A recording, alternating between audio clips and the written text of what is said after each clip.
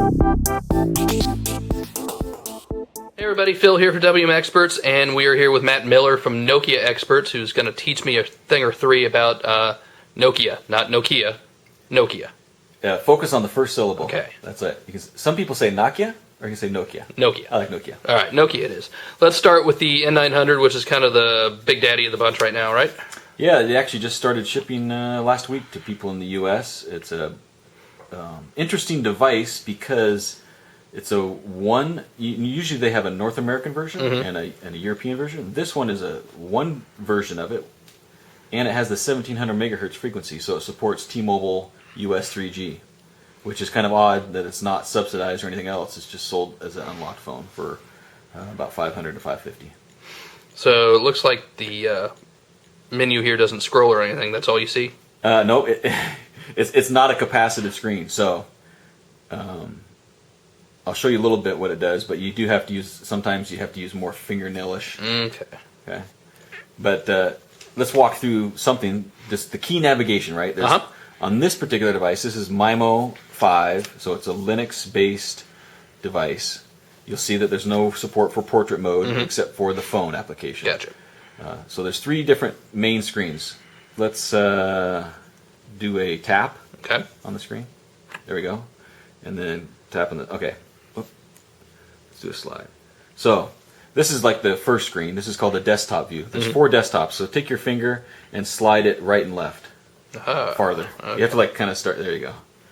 So as you can see, you can keep scrolling and it will wrap around to the first one eventually. Alright, so these are called the desktops and they're all customizable. So you'll see on this particular one there's widgets and they're scrolling live. If you flip to another one, you can have, this is a contact page I've set up, so all your contacts. You can flip to another one, there'll be website bookmarks. So you can customize what shortcuts and quick access you want. These over here are application launch shortcuts there. So the backgrounds can also be customized, and that's on the desktop. There's the phone, so when you tap that, boom, it jumps into portrait mode. And to get out of it, X. And that X actually X's. Unheard of in Windows Mobile. We don't know what the X is going to do on any given day. And then similar to Windows Mobile, right? Multitasking. So this is your task manager. It's a visual task manager. Shows thumbnails of every application, live thumbnails. As you open web pages, it'll open multiple thumbnails here too. So it's not multi-tabs, it's multi-kind of thumbnails. Cool. Go back to desktops. That's right. Nope. No. Oh, tap again. So it's a tap. It's a very odd kind of navigation you have to get used to. Yeah, slide. It's broken. Maybe more fingernail. There we go. So tap the, not the very upper left, but where the time is at.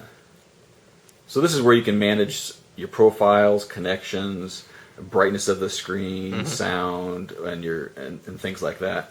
And also notifications will come into this area. So then to get out of these kind of screens, you just tap anywhere but in it. There you go.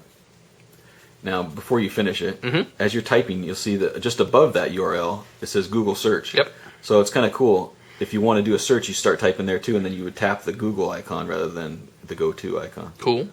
Where there's a period. Nope. Hit an A in there. Oh! That won't work. We're showing you how not to load a web page.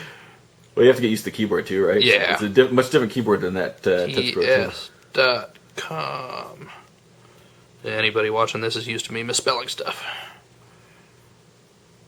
So I believe on this I'm connected to my Verizon MiFi. And what is this browser based on? Is it WebKit? This is a Mozilla-based browser actually, so it's kind of a Firefox. Oh, okay. Is this Finnic? Is this Firefox Mobile? No, this is that's what's confusing. This is actually different than that even. Okay. Yeah. I don't even know if it has a name, right? It's Mozilla-based. It actually supports Firefox plugins though. I mean, it's very much like a desktop browser, and as you can see, it's still loading. It's still loading, but it'll show you. Yeah, that's pretty good. And like yesterday, we were playing Mickey's Cell Phone Junkie Java in this or Flash. I mean, Flash player on this browser. That is yeah, so smooth. a double tap will zoom once. You push the you can use the 2 volume buttons up top to zoom in and out. Huh. Whoa. And then it also has another zoom that I don't like to use, but I guess you can show it if you want. It's the silly curly Q. So you put your finger on there, and then you start spinning. Go right to zoom in. There you go. And then you can also How do we get out? How do we double get out? tap it, Okay. or you can do the back curl. Cute, very cute. The N97 Mini, right? This is the Mini, right? The N97 came out before. It was a fatter device, had 32 gigs internal. This has 8 gigs, and this one has a better keyboard. Actually, to unlock it, there's a switch on the side, and unlocks. There you go. Holy, well, that's a lot of stuff on the screen there. Yeah. So this is more of the mainstream. This is the S60 5th edition, which means it's the Symbian Series 60 S60 Touch, right? This screen is a customizable widget screen, all right? So all of those things that you see are the way I set it up and personalized it. There's a couple rows of applications, there's a Facebook widget, there's an email, and then there's contacts. And it's only one single page. You can go swipe left or right, and it just goes to a home screen without any widgets if you want a cleaner interface. And that's the only 2 screens there. Okay. No keyboard on this thing. Yes. Yes? Slide. Up, down. There you go. It's Left, kind of right. tight this way. There you go. Okay, a little bit like the tilt. Yeah, except if you look at the hinge there, it doesn't have. It doesn't have. Go back to the hinge. It doesn't have any kind of angles. It's a set angle. Yeah. Yeah, you can't adjust it. Right. It's up or down. Yeah. Okay. Same browser on this? Or? No, this browser is the original S60 browser, which is a WebKit based. It's pretty good. It has a nice visual history, things like that. I don't personally. I use Opera Mobile 10 actually on this one, or Opera Mini. Yeah, and one thing on this one, this is a North American version. However, I don't have an AT&T SIM, so it's on Edge with T-Mobile, just so you know, as far as speeds go. It'll be a little slow. Yeah. It's all right. Looks like Opera Mobile. That's kind of normal. Yeah, and if you've seen Opera Mobile 10 on the Windows Mobile, it's the same thing too. So. Indeed, we have. And so back to the, if you push the memory full. Yeah, that's the one weakness of this particular device, is that it has low RAM. I mean, it has. How much is in it?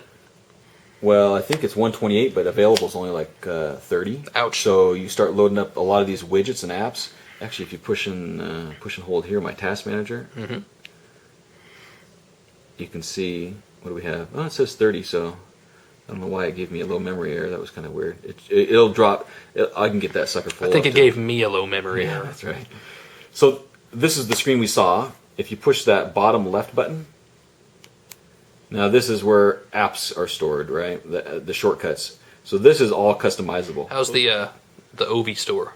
It's actually much better than it used to be. Really? When it launched, I bought an app. It would download once to your device. If you hard reset or anything, you can never download again. That's no good. That was, especially a guy like me who switches devices. Yeah. It killed me. So they just fixed that, and they fixed a lot of other things. You got a new version of it. The new version of the store. But it's actually, I don't know how many thousands are in there, but it's pretty nice. And like Windows Mobile, you can sideload still, right? So you have the option of the Ovi store or whatever other store you'd like to use. This device, I go back to this as my daily driver versus the N900 because of the apps. Right?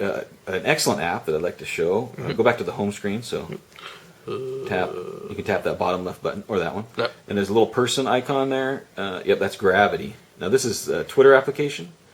It's one of the, other than some of the ones on the iPhone, this is a fantastic Twitter app. So if you were to tap on somebody's name, just tap any random person. So it kind of opens up the different things you can do with that person. Ah, nice.